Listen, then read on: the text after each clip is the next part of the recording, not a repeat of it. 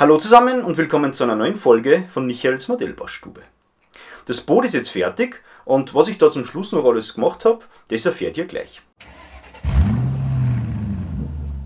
Bevor es zum eigentlichen U-Boot geht, da möchte ich euch vorher noch schnell den Sockel zeigen, den ich da angefertigt habe, da ich den aus dem Bausatz ja nicht genutzt habe. Zur Erinnerung, eigentlich sollte da dieser schwarze Unterbau angefertigt werden, auf dem man dann das fertige Modell platziert. Eigentlich keine schlechte Sache, aber mir gefällt es einfach nicht. Daher habe ich das gute Stück da entworfen. Und zwar handelt es sich dabei um ein Stück Acrylglas oder Plexiglas. Und das habe ich zurechtgeschnitten, 2 Löcher reinbohrt und dann das Motiv da im Internet gesucht und gefunden und auf weiße Dekolfolie gedruckt. Ne? Und diese beiden Stäbe da, die sind auch transparente Acrylstäbe und die sind mittels Polished Steel von Humbrol in Metallstäbe verwandelt worden. Ich hoffe, man sieht es im Video, dass das da eigentlich ausschaut, wie wenn das Metallstäbe wären. Ja, und das Modell, das steckt man dann einfach oben drauf. Ja. Mir gefällt es, finde ich ein bisschen besser. Aber ja, das ist Geschmackssache. Ja. So, jetzt aber zum U-Boot. Dann haben wir da das gute Stück, das fertige U-Boot in 1:144. Und ihr wisst ja, wir haben ja, als letzter habe ich euch ja die Alterung gezeigt. Und nachdem die abgeschlossen war, da habe ich nur versucht, den Rost ein bisschen abzuschwächen. Ich habe da noch einen Tipp gekriegt auch in den Kommentaren. Und habe mir dann ein paar Fotos angeschaut und denkt, ja stimmt, da habe ich es ein bisschen übertrieben, wollte ich ein bisschen abschwächen. Das ist mir aber leider nicht mehr gelungen. Ich habe nämlich feststellen müssen, sobald diese Ackerstifte mal richtig trocken sind, da hat man fast keine Chance mehr, dass man da was machen kann. Ja? Beziehungsweise ich wollte da nichts kaputt machen. Ne? Dann habe ich mir gedacht, ja, das kommt eh noch der Mattlack drauf, ne? Der dämpft das Ganze hoffentlich noch ein bisschen ab. Das war dann aber auch mehr Wunschdenken als Realität. Aber ja, so ist es halt jetzt und ich weiß ja selber, dass ich im Altern, also was Modellbauen angeht, sowieso noch üben muss. Ja, bevor ich es vergiss, die Deckholz sind natürlich auch schon drauf. Da gab es jetzt keine so großen Probleme. Es sind ja auch, also jetzt im eigentlichen Bausatz nicht viel dabei. Wir haben da den Schwertfisch von Revell, ne? Also das liegt im Bausatz bei und da gibt es überhaupt keine Probleme. Also den tragt man auf, da braucht man nicht einmal einen Weichmacher, der legt sich wunderschön an, tipptopp.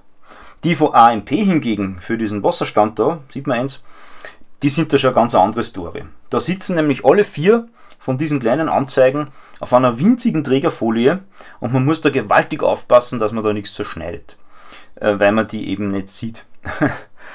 Und man sieht es da vielleicht da ein bisschen, obwohl ich da einen Glanzlack drunter geschmiert habe, bevor ich das drauf gemacht habe, silbern die leicht. Ich weiß nicht wieso, wahrscheinlich war ich da zu zögerlich, hätte mehr Glanzlack drauf machen müssen. Ist halt jetzt so, da habe ich dann auch noch probiert, ein bisschen nachzualtern, aber das hat dann auch nichts mehr gebracht. Ich sage jetzt einfach einmal, shit happens. Ne? Die eigentliche Abschlussarbeit am Modell, die hat sich dann aber auch noch mal ein bisschen fummeliger gestaltet. Und zwar ging es da um die Antennenkabel. Die sind im eigentlichen Bausatz, also aus der Box, überhaupt nicht berücksichtigt. Die finden dort keine Beachtung und sind da eben auch nicht vorhanden. Ne?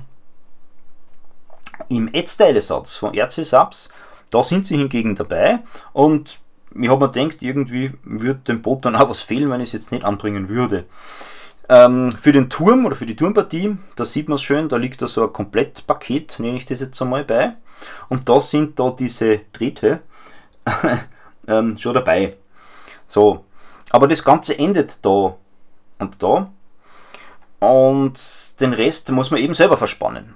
Ja, und da habe ich ein bisschen länger suchen müssen, bis ich da eine passende Stärke gefunden habe. Und ja, ich weiß, wenn man das jetzt direkt vergleicht, ist das, was ich genommen habe, auch immer nur zu dünn. Aber ich bin bei diesem Draht hängen geblieben, weil ich nichts Besseres gefunden habe. Und zwar handelt es sich da um einen 0,2 mm Riggingdraht von Trumpeter. Der ist nicht so flexibel, wie ich das jetzt von Uschi van der Rosten gewohnt bin. Also das ist wirklich ein sehr fester Draht. War aber beim Auftragen dann auch nicht gerade das Problem, weil man hat da winzig kleine Ösen an die Ätzteile, beziehungsweise am Modell selber kann man auch noch Löcher bohren da hinten, wo man die reinfädeln kann und mit Sekundenkleber befestigen. Also das ist dann mit ein bisschen Übung natürlich auch gut gegangen. Ja, und es fehlt noch was, das geübte Auge wird schon merken, am Bug und Heck, da fehlen dann noch solche Kugeln da, wie ich es da habe. Verzeiht mir da bitte, dass ich den Fachbegriff nicht weiß. Und die liegen auch als Ätzteile bei. Und da müsste man theoretisch bei so einem Teil diesen Draht auch wieder hinten und vorn durch kleine Ösen fädeln und mit dem restlichen Draht verspannen. Soweit die Theorie. Ich habe es probiert und bin kläglich gescheitert. Dann habe ich probiert, hey, du kannst ja diese Kügelchen mit Ultraglue oder mit Sekundenkleber darstellen. Das hat dann aber auch nicht so gut ausgeschaut, wie ich mir das gedacht habe. Und bevor ich da irgendwas verschlimmbessere, habe ich einfach gar nichts mehr gemacht. Ja. Es wäre das i-Tüpfelchen gewesen, das weiß ich selber, aber wie schon beim Rumpf, ja, da habe ich Kompromisse eingehen müssen. Ja. Ihr wisst ja, beim Rumpf habe ich auch nicht alle Ätzteile verbaut, die dabei liegen. Ja, und bemalt habe ich das Ganze dann erst, wie es schon auf dem Modell geklebt ist. Also ich habe das Ätzteile tralala da angeklebt, dann verspannt und dann bemalt. Und das Ganze mittels Pinsel und Mattschwarz aus der LP-Reihe von Tamiya. Jo, und ein kleines Detail fehlt immer noch, und zwar kommt da noch die Reichsfahne her. Die ist aber nicht internetkonform und wegen dem wird die dann offscreen verbaut. Ja, mein Fazit zu diesem Bausatz von Revell: Mir hat der richtig viel Spaß gemacht.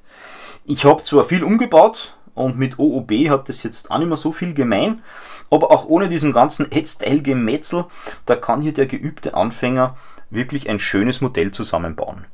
Der Detailgrad ist sehr gut und die geschickte Aufteilung erlaubt eine separate Bearbeitung und Bemalung vom Turm.